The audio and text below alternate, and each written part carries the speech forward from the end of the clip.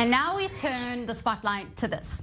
A group of Persian Gulf states have threatened streaming giant Netflix with legal action if it continues broadcasting content that contradicts Islam. The threatening statement was issued jointly by the Saudi media regulator and the six-member Gulf Cooperation Council, the GCC, which includes Saudi Arabia, but also Bahrain, Kuwait, Oman, Qatar, and the United Arab Emirates. While they did not specifically identify material, they did refer only to content that, quote, contradicts Islamic and societal values. There was no immediate reaction from Netflix. And to help break this all down is YG Lion, the first openly gay man from Saudi Arabia. He is also a journalist and international human rights activist and joins me now from Eden Prairie, Minnesota. Firstly, thank you so very much for joining us today.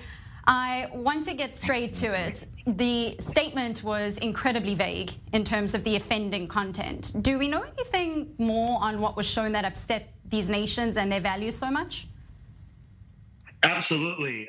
There has been two specific topics on Netflix, cuties, which the Saudi government sees as it's encouraging pedophilia and human trafficking. I am quoting what they have said on Saudi state TV.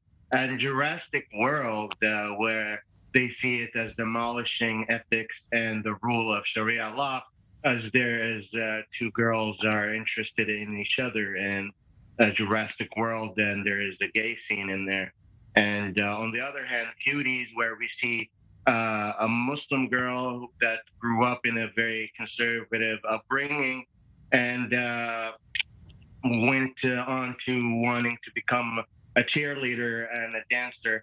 And somehow that is connected with pedophilia and human sex trafficking.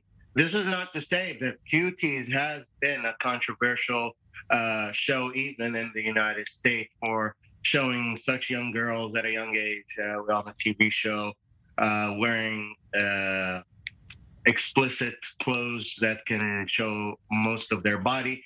That is how the Saudi people sees it. But this is not the first of its kind. We have seen the Saudi government issued warning and the United Arab Emirates as well before for Disney and for Pixel Lightyear regarding this past June. And in April, Doctor Strange was also banned for also a queer scene. So this is not the first of its kind from the Middle East and not the first of its kind from Saudi Arabia. Now, Saudi law forbids any kind of pornography scenes, including intimate relations, and that is punishable by 1 year, punishable by prison and a fine. Saudi spends a lot of time and money trying to block their online users from being able to access any sexual content or pornographic content, and they have banned them. And this is a warning telling Netflix that they could be next. That's quite right. I want to touch on something you mentioned there. You know, Netflix is part and parcel of globalization, which for many could be a front for Americanization. But like McDonald's, another American firm, they do try and adapt to local tastes and culture. So are they getting unnecessary flack here? Are they getting more heat than is necessary? Here's the thing. So these are countries that have concerns and have asked the question several times. Why is the West forcing their opinions on us?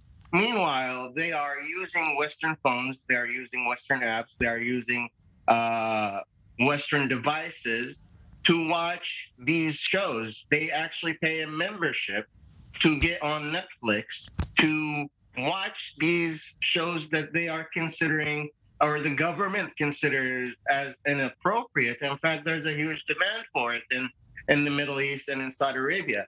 What we see is that the government and the conservative sector sees this as a move that threatens their next generation of being open-minded and their kids' upbringing. Now, there's several campaigns that we have seen in the past in Saudi Arabia trying to limit their people from joining Netflix and their memberships. Yet we have seen that increase their membership, and it has been said that there are about 3 million subscribers for Netflix inside the kingdom. This is saying a lot that the campaigns the kingdom has had to limit their people from joining Netflix has been a failure.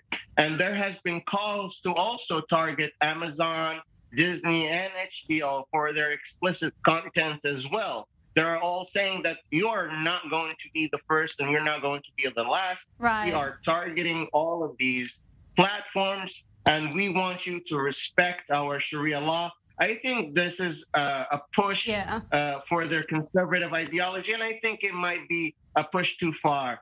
They need to relax their tensions regarding what is shown on Western media, and choosing to be on these devices is their personal choice. Absolutely. It definitely seems that this is a very sensitive issue, but thank you for helping us break it down, YG Lion, very much there from Minnesota. Thank you very much for joining us.